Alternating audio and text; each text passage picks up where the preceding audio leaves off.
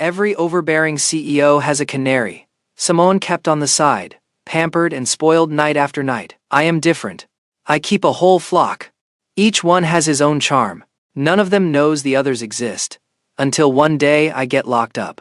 In a pitch-black room, someone leans close to my ear and murmurs, "Guess who I am, baby?" I am that kind of CEO. Broad shoulders, long legs, a carved eight-pack. The women who want to latch onto me could line up from one end of the city to the other, but I can't give them what they want. Because I am into men. My so-called friends laugh at my taste, telling me I don't understand the appeal of hot male models. I snort, "Please. Nobody stays 18 forever. But there are always new 18-year-olds. They're the ones with no taste. Basic as hell, not understanding the bright, restless energy of college boys." I hang up, not in the mood to argue with Zach. At the end of the day, he's just dissing my type, claiming I never change my standards. I've got dinner with my sweetheart. No time to waste on small talk with a guy who wouldn't recognize taste if it slapped him. The hands on my watch slide toward 8. Time to pick up my honey. Southridge University. The driver has barely stopped my Maserati when a slim figure in a mint green shirt comes sprinting from the gate, arms full of thick textbooks. He's going too fast. He crashes right into a tall guy in a baseball cap. Books scatter everywhere. The slim boy crouches down in a panic to pick them up, sunset spilling over a face that's pure, soft, and painfully sincere. I rest a hand on the door latch and smile helplessly. Noah is always like this, clumsy like a kitten, the kind you can't help but want to protect. I am just about to get out when I spot the tall guy bending down to help Noah gather the books. The cap doesn't hide much once he lifts his head. Cold, distant eyes. A mouth that's infuriatingly attractive. Thin lips pressed into a flat, untouchable line. My hand pauses. Then, I pull back into the seat. Of course. The one Noah ran into is Ryan, my other kept lover. Look, just because I like college boys doesn't mean I like only one kind. Sweet and innocent, cool and aloof, delicate and bookish, bright and sunny. I like them all. If there are flowers in bloom, why pick only one? Noah and Ryan stand, seeming to exchange a few words, too far for me to read. Probably just a thank you.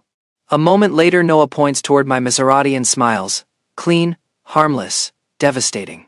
Ryan glances over. I stiffen, leaning back. Then remember the windows are privacy tinted. They can't see inside. I exhale.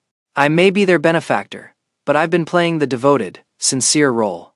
Tap, tap. Fingers knock lightly on the window. Noah's gentle, handsome face is close. I lower the glass and nod for him to get in. He slips into the back seat, cheeks flushed. Cute. I tug him onto my lap and steal a hard kiss, then realize the window is still down. Luckily, Ryan has already walked away. Noah pants softly, eyes dazed, and my mood lifts instantly. A terrace breeze. Candlelight dinner. The atmosphere is perfect. I slide the steak, cut into bite-sized pieces, toward Noah, and watch him chew in tiny, obedient bites, cheeks puffing slightly. Good? Huh. Gavin, why aren't you eating? No rush. I ordered all this for you. I tap the tabletop and let my smile tilt. But there is so much, I can't finish it. Noah frowns, honestly distressed. I undo the top 2 buttons of my shirt, loosen my tie, and drape it over the chair. Then I step behind him and lean in. Noah's long neck draws back a fraction. I exhale on purpose, low and intimate. Baby, you eat first. Then you'll have the energy to take care of me. My friends chase one-night thrills and call that taste. That's because they don't understand the best part. Getting your prey to walk into your trap willingly, smiling while they do it. That's my rule. I've been playing the generous patron to a struggling student for 3 months now. Time to tighten the net and finally claim my prize. Noah's pale throat flushes pink under the dusk sky, so pretty it makes you want to linger. Gavin. He trembles, lashes lowering over round, clear eyes. Then, ring. The sound is abrupt enough to shatter the moment.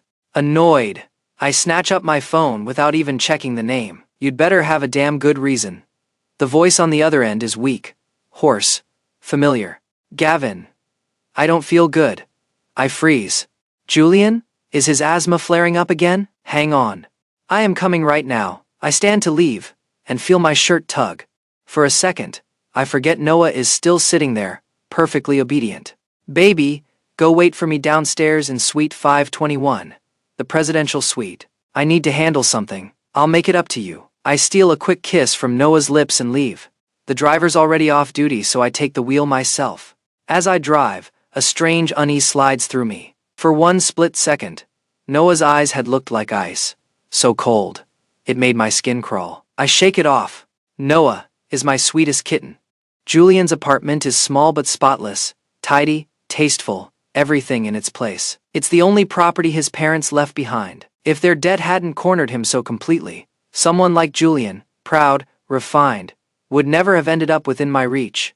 A glass lies shattered on the floor, water glistening across the tiles. Julian is slumped on the sofa, one leg hanging helplessly, throat exposed as he fights for breath, like someone drowning. His pale mouth is damp, his features flushed with pain, and it hits me, sharp and hot, right in the chest. I pull the inhaler I bought on the way and press it to his lips. Julian, it's me. Breathe in. I press release. Press, release. Slowly his brow loosens. His breathing evens out. He sinks into my arms and whispers, "Sorry. Thank you, Gavin. You are okay. I'll have more medication sent over tomorrow." He hums faintly, still coughing softly into his fist. The clock on the wall points toward 10. It's late. I hesitate. You should rest. I'll head out. Noah is still waiting in the suite. Leaving a date behind like that is bad form. Julian coughs again, not hard, but enough that tears bead at the corners of his eyes. A flush spreads over his cheeks. My throat goes dry. He's the kind of beauty that looks cold and distant at first glance, then wrecks you the moment he shows weakness. I am fine, he murmurs. Go. I can take care of myself. Considerate. Too considerate. I sigh. All right, but I don't leave. I carry him to bed instead, brush away the tears at the corner of his eyes, and kiss them off. Sleep, I'll stay tonight. Julian smells faintly of clean wood and leaves, quiet, gentle, addictive. Before I fall asleep, I still message Noah. Baby, I am sorry. Something came up at work tonight. I can't make it back. I'll take you out for something even better next time. 6 in the morning. Julian is still asleep when I slip out. Long limbs curled slightly. A faint frown even in dreams. The sickly beauty thing is unfair. He looks even more fragile like this. I force myself to go anyway. Any later, and I'll run into trouble. Julian's complex, Winton Court, has a problem. There is a clingy golden retriever type who lives here too. Tyler loves morning runs. If I don't leave before he does, I'll get caught. And of course, bad luck always finds me. My hand is barely on the car door when a warm weight drops onto my shoulder. A fluffy head nuzzling in. Knew it was you, Gavin. You haven't come by in a week. Did you come to see me today? He sounds wounded. Mistake. Tyler started his run early today. Somehow he's more relentless than I am, and I am the billionaire. Thankfully, he thinks I just arrived. I ruffle his messy hair. He closes his eyes, pleased. Sorry, Tyler. Work's been insane. Fine. Then you are making me breakfast with your own hands. Deal. He grins so wide he practically disappears behind it. The truth is, I can't cook. The only thing I can reliably make is a simple noodle soup, and it's not even that great. For some reason, Tyler loves it. While I am washing dishes, he rushes to help, knocks over the soap, and the slick liquid spreads across the floor. His foot slips. I grab him, but he slams into my chest, and my lower back hits the counter edge hard enough that I hiss. Are you okay, Gavin? Sorry, I am so clumsy. Tyler lifts the hem of my shirt to check, fingers rubbing the spot. He's an athlete. He's good with muscle knots. It feels nice. A little too nice. The hands keep wandering like they're trying to negotiate a new border. I catch his wrists and push him back. I am fine. I'll send someone to clean up later. This place is a mess. Snack bags on the table. Trash that hasn't been taken out in days. You are so good to me, Tyler says, eyes bright, leaning in to kiss me. Then he freezes. Gavin. What's that on your neck? I glance down. My collar is crooked, exposing a few faint red marks near my collarbone. Probably because I slept with the window open last night. Bug bites, I say, fixing my buttons. A big hand clamps around the back of my neck. Tyler bites down on my collarbone. Not hard enough to break skin, but hard enough to send a warning through me. Damn bugs, he mutters. Only I get to leave marks on you. I laugh under my breath. He only lets go after he's satisfied, then presses close to my ear, voice turning soft. Gavin, can't you just give in? I want you so bad. Tyler. We can talk about other things. That one? No. I cover his mouth gently with my palm. I've never forced you. Think about it. I have to go. When I leave, Tyler is still standing there, conflicted. Great body, great face, great everything. Except he refuses to be the one who yields. And I am a CEO. You ever seen a CEO who yields? Exactly. I can be patient. Sooner or later, my golden retriever will come to me willingly. By the time I finish a mountain of work, it's noon. I eat, then sprawl on the office couch and scroll, only to see Ryan message me yesterday evening. The timing lines up, right after I pick Noah up at Southridge. Ryan, I saw someone at the campus gate, who looked kind of like you, but I thought you drove a Bentley. There is a new horror movie everyone's talking about. Want to go tonight? Why aren't you replying? Working late? Good thing I usually used a different car when I met Ryan. Otherwise I'd have been exposed on day one. I type fast. Sorry, Ryan. My phone died yesterday. I just got it fixed. I am free this afternoon. Let's do the movie. Ryan is the hardest one of them all. Head down, work first, feelings never. I only met him because he was dropping off food at my company. He has those beautiful eyes that look like they were built for romance. Yet his personality is pure ice. The first thing he ever said to me on text was please leave a rating. Then he went dead silent in my contacts like a ghost. I am the CEO, and I ended up ordering so much takeout, I nearly got sick, just to keep running into him. If he's finally reaching out, I am not wasting it. It's Friday. Leaving early won't kill anyone. Passing the mall, I buy a Louis Vuitton men's belt, same model as mine. Noah seems to like that belt. Once in my office, he kept staring at it with reddened eyes like he was lost in a trance. I tossed the gift box into the passenger compartment. Ryan is already waiting at the theater. Black tee, jeans, tall and clean-lined. He's just standing there and people can't stop looking. Traffic was bad. Did you wait long? I smile and pat his shoulder. His coldness softens a fraction. No. Just got here. Then, let's go. It's about to start. I hook an arm around his waist. His body goes tense. I pretend not to notice and let my hand slide away. Ryan has been with me the longest, and is still the hardest to claim. He's a straight guy. Or he was. If the orphanage director didn't need a huge surgery bill, he would never have agreed to my arrangement. But a horror movie is a perfect excuse for closeness. A rare chance to test boundaries. I am not letting it slip. I book the couple seats in the back. The theater is dim and claustrophobic. On screen, a butcher chews loudly while a voice hisses, "If I eat you, you'll belong to me forever." A cheating wife gets murdered by her husband, then cooked.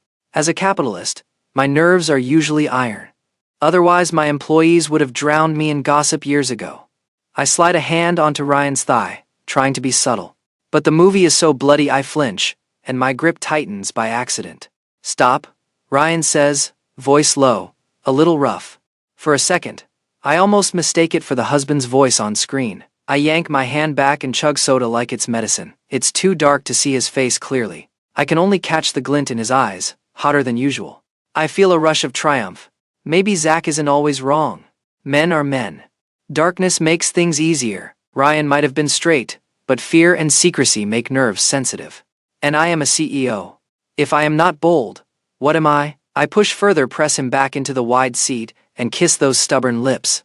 The world tilts. Somewhere in the middle of it, Ryan flips me, pinning me to the backrest as he kisses back, hard enough to steal my breath. I am startled. For a guy who delivers food in wind and rain, he's strong. Then someone in the next row stands and leaves. I don't see the face. Only a slim silhouette that feels strangely familiar. The lights come up as the movie ends. Ryan pulls away fast, lips reddened, gaze avoiding mine. I smile. Straight guys always get shy afterward. I lace my fingers with his and lead him out. There is a faint scent in the air, so light you can't catch it if you try. Probably someone's cologne. Ryan leaves in a hurry, claiming he has class. I don't call out the awkward excuse. The fish has bitten. Whether I eat it today or tomorrow is just timing. I am telling you, Zach says on the phone. Get him drunk. Throw in an aphrodisiac. If he won't say yes, his body will. I don't get why you make it so complicated. Keeping one is already risky, and you are keeping four. One day your little pond is gonna flood and you'll drown in it. If you are just here to trash talk me, hang up, I say flatly. Zach's mouth is still a mess, even after days of silence. Always mocking my love philosophy. I prefer a smooth path, feelings first, then the rest. Anyone who doesn't get it can stay gone. I pretend to end the call. Zach panics. Wait, kidding. I opened a resort. Come relax. You? Generous? I narrow my eyes. Don't be ungrateful. He sniffs. You even forgot your own 26th birthday. I go still. 26. My mother died giving birth. My father died sick, not long after. Taking over the company swallowed my life whole. I really haven't rested in years. But I forget one thing. Zach is my curse. The biggest mistake of my life was saying yes to that resort. The resort sits between mountains and a lake, quiet, scenic. By the water, art students set up easels and sketch. The banner says Southridge University. I linger at a distance scanning. I don't see anyone familiar, and only then do I relax. Julian is one of Southridge's art students. I told all of them I was traveling overseas for business. Running into them here would be a nightmare. This year, I plan to spend my birthday alone. 4 boys. I can juggle them day to day, but during a trip like this, impossible. After dinner, I stroll down a path, calm for the first time in a long while, until a force slams me into the tree by the road. Arms clamp around my waist. Someone buries their face against my chest, then looks up, cat-like eyes shining with tears. Noah. Slim, shorter than me by a few inches, crying so hard my chest aches. What is it? Baby? Who hurt you? I wipe his tears. Noah chokes out. Gavin. Are you tired of me? Never. I say instantly. I like you so much. It scares me. Then why did you leave me in the hotel? You didn't come back. You lied and said you went overseas. If I hadn't seen my roommate's post, I'd still be in the dark. He shoves his phone at me under the moonlight. It's a landscape photo, and in the lower corner, just barely, is my back. Apparently someone caught me stretching after getting out of the car. My silk shirt had ridden up, exposing the line of my waist, and a pale pink birthmark on my lower back. I don't know when Noah saw it or how he remembered so clearly. I cup his face and kiss his lips gently. I am sorry. Work ended early, and I didn't tell you. Forgive me. I brought you a gift. His expression softens, and I exhale in relief. Good. I came in a Bentley this time. The belt I bought is in the car, perfect for damage control. In the parking lot, a rideshare car is parked nearby with a flat tire. Oh, Noah adds. My other roommate drives rideshare part-time. He brought me up. The tire blew, so he left the car here. I keep my tone smooth. Your roommate's my friend now. He can stay at the resort. Don't worry about costs. I'll have someone fix the car. Noah looks up, eyes dark. Thank you, but you can't lie to me again, or else, what? I tease, flicking his nose. Noah grips my finger before I can pull away, or else you'll regret it. His gaze is deep, unreadable. I laugh softly. Baby, didn't know you had claws. I pull the Louis Vuitton belt from the car and wrap it around his waist, tugging him close. His ears turn red. Cute, he's learned to threaten. Tomorrow is my 26th birthday. I am not someone who lives like a monk, and since Noah is the only one who knows I am here, maybe I can finally stop holding back. Still, I like ceremony. I decide to wait until my birthday night. I put Noah in the room across from mine. As for the roommate he mentioned, I don't have time to care about a stranger. The resort rooms have big open balconies, close enough to talk across. I pour myself a glass of wine and lie back on a wicker chair, looking at the scattered stars. Gavin. A warm voice drifts over. I turn, and Julian stands under the dim balcony light, beautiful enough to make my heart jerk. Like moonlight you can't hold. My hand slips. Wine trails down my jaw and into my collar. Julian's amber eyes ripple for a split second, then go calm again. Julian. Why are you here? School organized a sketch trip. I came to paint. I remember the students by the lake earlier, so Julian was there. I just didn't see him. Julian looks at me evenly. And you? I thought you said you were traveling overseas. The night air feels colder on my bare arms. Plans changed, I say with a dry laugh. Work ended early. I came to clear my head. Julian nods as if he accepts it, chatting lightly, until he suddenly changes the topic. I watched a horror movie the other day, he says. A woman betrayed her husband. He killed her, cooked her. What do you think about that ending? I blink. The same movie. Something about that night in the theater pricks at my memory, but I can't place it. She was wrong, I say carefully, but the husband was monstrous. Julian hums. If I were the husband, I wouldn't do that. Then what would you do? I ask without thinking. Silence. Then Julian laughs softly, voice clear as struck glass. Just talking. I am not a betrayed husband, and I am not a killer. He lifts a hand. Come here, Gavin. I step to the edge of my balcony. The gap between us is only an arm's length. Julian reaches over, fingers brushing my throat, sliding to my Adam's apple. My breath catches. Wipe it off, he says quietly. The wine. Good night, Gavin. He turns and goes inside. In the thick dark, I can't see clearly. Only the sense that he lifted his wrist afterward, as if checking his fingertips. Right. Julian is a neat freak. Maybe he cleaned me up out of reflex. And then realized he didn't like the feeling. I lie in bed with unease coiled under my ribs. What if Julian and Noah run into each other tomorrow? In the morning, I see a message from Julian. The group has already left. He didn't have time to say goodbye. For me, that's good news. I go for a run. My abs don't maintain themselves. But the resort keeps throwing surprises at me. I run into Tyler. The moment I see him, my soul nearly leaves my body. I am exhausted from recycling excuses. Luckily, Tyler is easy to soothe. Tyler is the only one of the four who comes from money. So with him, it isn't a kept-by-cash arrangement. He's my official boyfriend in public. He also came here to unwind. I sit on a bench. Tyler rests his head on my thigh, looking up at me with wet puppy eyes, unusually quiet. After a long pause he blurts, stumbling over the words, Gavin, I decided. I'll do what you asked. Do what? I don't even process it. Tyler bolts up like he's jumping off a cliff and bites my lip, hard enough to sting. Room 303 tomorrow night, he says, cheeks blazing. I've got a surprise. Then he runs off, ears red as if they might bleed. Room 303. I am in 302. Julian was in 301. What a surprise, I think flatly.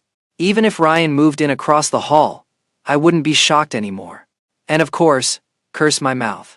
That night I knock on Tyler's door, right on time, and freeze. He's fresh out of the shower, wrapped in a towel. Water beads slide down a chest built for sports posters, over-defined abs disappearing at the edge of the towel. My mouth goes dry. Tyler grits out, face burning. I said I'd do it. I'll be the one who gives in. I am still processing when the door across the hall opens. Ryan steps out first, and behind him, Noah. Tyler grabs my hand and presses it to his chest as if to prove something. The hallway is narrow.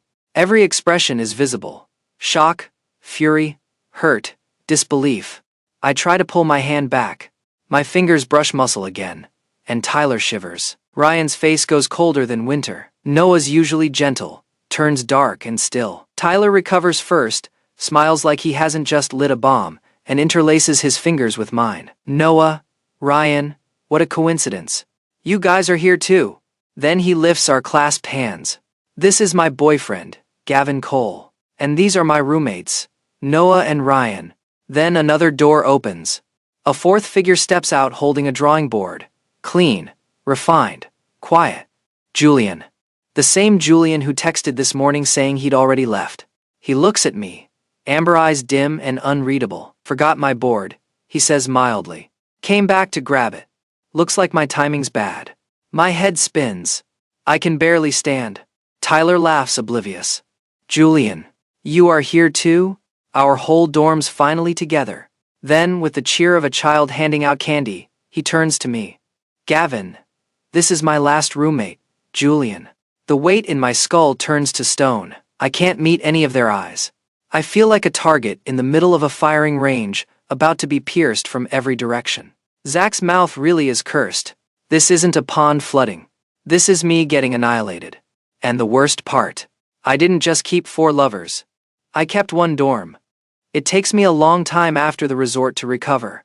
I never expected that after dominating business and romance for so long, I'd lose everything in one blow. 4 perfect catches. Gone. Not even scraps left. Who would have guessed an athlete like Tyler, an art student like Julian, a finance major like Ryan, and a computer science kid like Noah? 4 people with completely different worlds would share the same dorm. When Noah crashed into Ryan at the campus gate, I thought it was just polite thanks. I never imagined they were roommates. That's why they talked so long. And Noah's roommate's social post. I didn't even look at the profile name. I only opened the photo. I had no idea it was Tyler posting casually on the trip. And the rideshare driver who brought Noah up the mountain. Ryan. Ryan didn't want to spend someone else's money to book his own room, so he shared with Noah. My phone shows 4 chat threads. Every single one has blocked me. Before blocking me, Julian, Noah, and Ryan each sent one last message. They'd pay back what they owed. Only Tyler blocked me without a word. When Zach finds out, he laughs until he can't breathe. Told you. The roast duck flew right out of your hands. I refuse to engage. He leans in anyway, smug. Come on. Plenty of fish in the sea. They're just broke students. Even if they hate you, what can they do to you? I'll introduce you to new ones. He's not wrong. But I don't feel like hunting anymore. Noah's sweetness, Tyler's body, Julian's face, Ryan's presence. Each of them was 1 in a million. I am picky, and it took me forever to find them. Losing all 4 at once, I am exhausted. I disappear into work for a long time. The 4 of them fade from my life, like someone erased them. Sometimes at night I remember moments with them. But time dulls everything. Years later, a few payments hit my card. Seeing the amounts jogs my memory. It's the money those boys once owed. I never looked into their lives after. Somewhere I didn't see, they probably made something of themselves. Good. That means we're even. On my 30th birthday, Zach drags a bunch of friends to a bar to celebrate. Younger guys keep pressing in close. I am half drunk, too tired to push them away. And through the blur, I feel it. Someone's gaze, fixed on me. These fresh bodies used to be exactly my type. Tonight, I feel only a strange boredom. That's enough. I am leaving. I stand and walk out without looking back at the rich kids gone wild. My hired driver should be outside. I slump into the back seat, rub my forehead, and say, Lakeside Gardens. Let's go. Sure. The voice is familiar, but my brain is thick with alcohol, and I can't place it. I drift off. My house isn't far from the bar, but the drive goes on and on. When I am pulled out of the car, I see a lake shimmering under night. Beautiful. Wrong. This isn't my home. Someone holds me, eyes dark and locked on me. For the first time, I get the sick, primal feeling of being watched like prey. My phone buzzes. The screen shows, driver. The real driver I booked. The alcohol drains out of me in one cold rush. The person who picked me up isn't my driver. I lift my head, and a cloth covers my mouth and nose. The world goes black. When I wake, a blindfold blocks all light. I can't tell day from night. My ankles are strapped down. My wrists are restrained. I can sit up within a small range, but I can't free myself. Me, CEO Gavin Cole, kidnapped and imprisoned. The door creaks open. I stay still, forcing my breathing to slow, pretending I am not awake. I don't have enemies that would go this far. Whoever did this has a purpose. The mattress dips as someone lies down beside me. Cool fingertips trace my brow, my cheekbone, then pause at my mouth, slow, deliberate, intimate enough to make my skin crawl. I flinched despite myself. His finger paused for a beat, then resumed, testing, probing, like he meant to pry my lips apart. I finally snapped, biting down on the knuckle that wouldn't leave me alone. A low chuckle brushed my ear. So, you are awake. The voice sounded wrong, fuzzy, metallic, threaded with a faint static buzz. A voice changer. You know me? I kept my voice steady, though my pulse had already gone feral. I've heard you before. Otherwise you wouldn't bother hiding it. Clever. He gave a satisfied, almost amused huff. Who are you? What do you want? I strained against the restraints, trying to sit up. A weight pressed down, light, but decisive, pinning me back before I could move. Guess, he murmured. Sweet as poison. Guess right, and I'll let you off." The words floated in the dark, airy and playful. Yet there was a sharp edge underneath, the kind that promised consequences if I got it wrong. That tone sparked a memory I couldn't ignore. I hesitated. "Noah, is that you?" The air turned colder. He leaned in, anger flaring through the sweetness, and cut me off with a kiss that tasted like blame. Was I wrong? His build was slim, so similar to Noah's. A moment later, he pulled away abruptly. Footsteps. The door. Outside. Voices rose, muffled arguing. Then fell into tense silence. The door opened again. Someone else entered. This time, an arm hooked under my shoulders and hauled me up, forcing me to sit against a solid chest. No words, only breath, and the sudden sting at my throat. Teeth. Hard. Possessive. I sucked in a sharp hiss as he marked me again, and again, like he meant to leave proof. They weren't the same person. This one was bigger, broader, heat and muscle, and a strength that didn't bother pretending. A thought hit me, unwanted but certain. Tyler? The body behind me stilled for half a second. No denial. No answer. Then he released me and stepped away. When I reached out blindly, my fingers caught fabric, only to be flicked off as if I'd overstepped. Another presence moved in. The strap around my ankle loosened, and a hand settled there, gentle, almost careful, rubbing the ache away with slow precision. I tried to pull back. A grip caught me and drew me in again. A faint scent drifted close, clean, green, quiet, like crushed leaves and polished wood. My mind went blank for a heartbeat. "Julian?" A soft laugh. "Correct, Gavin." I swallowed hard. The pieces were fitting together far too neatly now.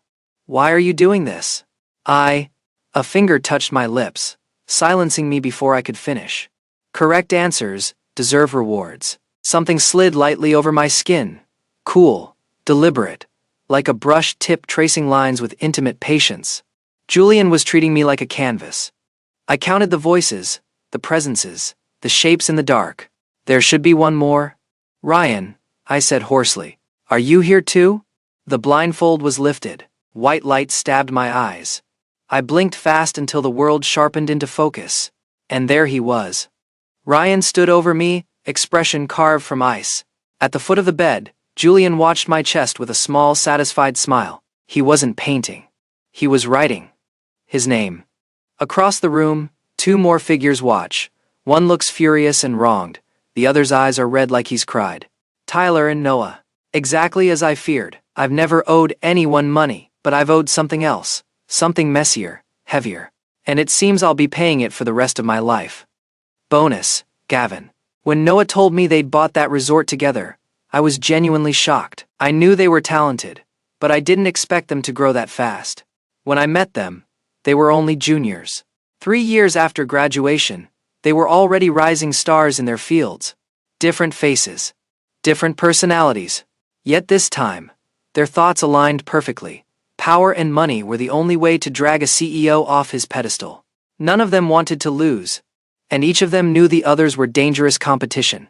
So they made a bet. Who did I actually want most? Noah said quietly, "Back then, if you couldn't guess, or guessed wrong, you'd never leave that resort. You'd stay there forever." "And if I guessed right?" I asked. Noah leaned in, voice thick. "You already know, don't you?" His eyes reddened, tears threatening, hands clinging to me like he might lose me again. "It's your fault," he whispered, crying. "You made me share you. Why couldn't you just choose me?" I tried to rub my temples and slip away, too late. A Louis Vuitton belt tightened around my wrists. Damn it. The belt. Noah never loved the belt. He loved what it could do, and I was the fool who believed him. Bonus, Noah. Noah clawed his way up from the bottom. His parents were farmers. Sending him to college emptied their savings. When his father lost an accident job and faced an amputation, Noah thought the sky had collapsed. That's when Gavin appeared.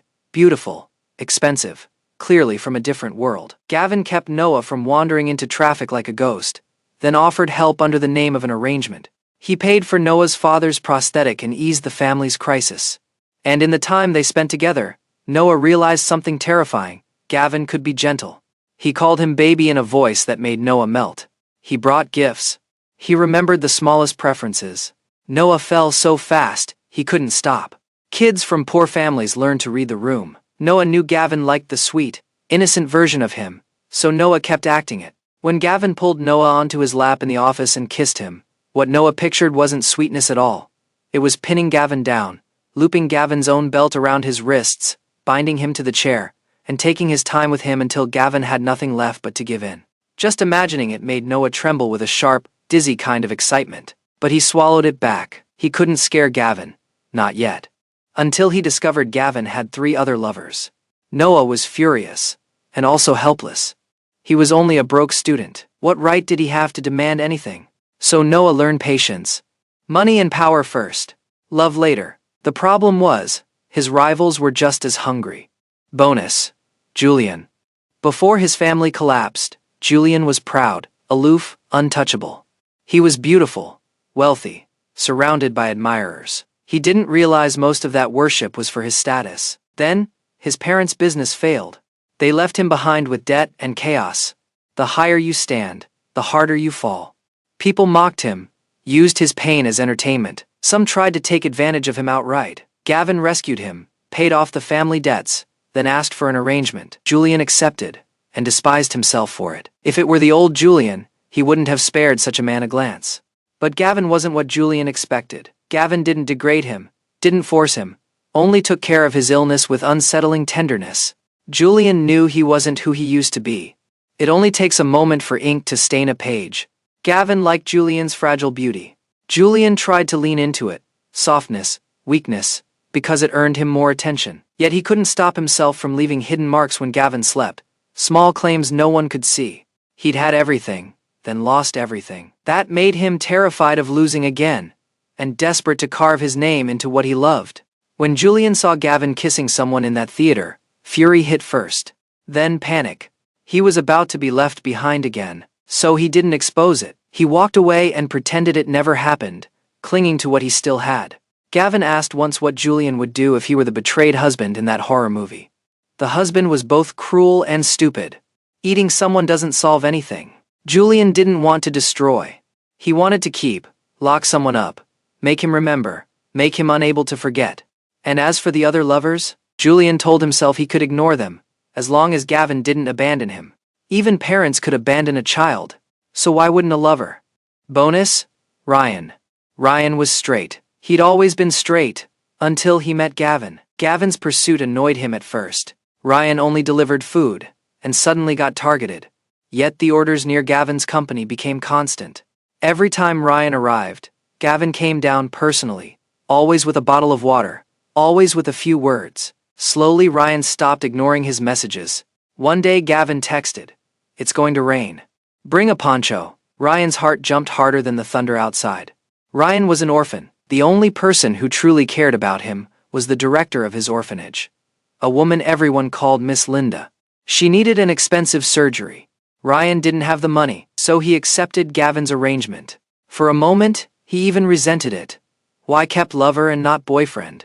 Then Ryan looked at himself. No money, no status, surviving on side gigs. What did he have besides a face and body Gavin happened to like? Lover was the only label that let him take the money without pretending he deserved more. Gavin didn't force him. That made it worse. Because Ryan realized he was changing. The night in the theater, Gavin's hand on his thigh, Gavin's kiss, Ryan kissed back like he'd been starving. The sweetness didn't last. The resort shattered it. Gavin wasn't someone who belonged to anyone. Furious, Ryan said, "We're done," forgetting for a second that he had no right to say that. He thought Gavin would chase him like always. Gavin didn't. Ryan panicked. Gavin got busy and disappeared. No more messages. No more excuses to see him. That's when Ryan remembered. The first food order wasn't even Gavin's, it was the staff's. The later ones were Gavin's excuse. What kind of CEO really likes cheap boxed meals? The gap between them was a galaxy. Ryan had only ignored it because Gavin kept pulling him close. Ryan understood, too late. Only when you stand on the same level can you talk about love as equals. The outcome wasn't perfect. Gavin loved everyone and couldn't let anyone go. But for Ryan, this was the last chance to stop being left behind. Bonus, Tyler. Compared to the other 3, Tyler's life looked lucky. He never worried about money. A pampered rich kid. But he was lonely anyway. His parents lived separate lives, barely home. Their marriage was hollow. The only person who truly cared was his grandmother, and she died. Tyler loved that Gavin ran with him in the mornings, loved the plain noodle soup Gavin made in the kitchen. It felt like warmth, like home. Gavin was gentle and indulgent, except for one thing, who yielded in bed. Tyler wanted Gavin to yield, wanted him undone, wanted him helpless under Tyler.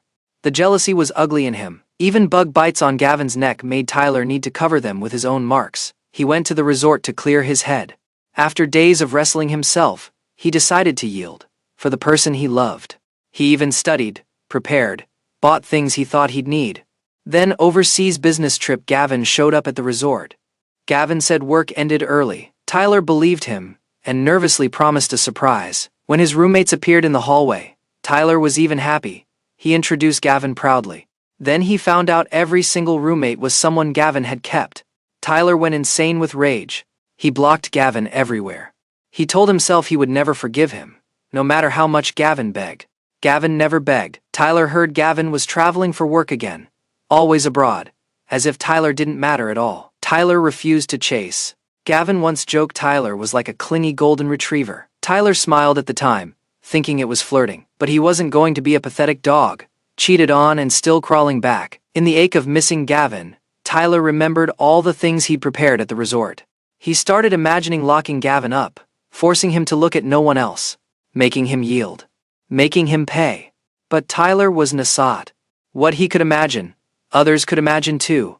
He realized it too late, moved too late. In the end, he could only swallow his jealousy and watch his owner surrounded by other dogs, never again openly holding only Tyler's leash. Still, Tyler did get one thing. He finally pinned Gavin down and punished him. Because there was one thing Gavin never guessed correctly, who it was that night, the driver who carried him away. Gavin thought it was Ryan, who did rideshare part-time. It wasn't. It was Tyler. The end.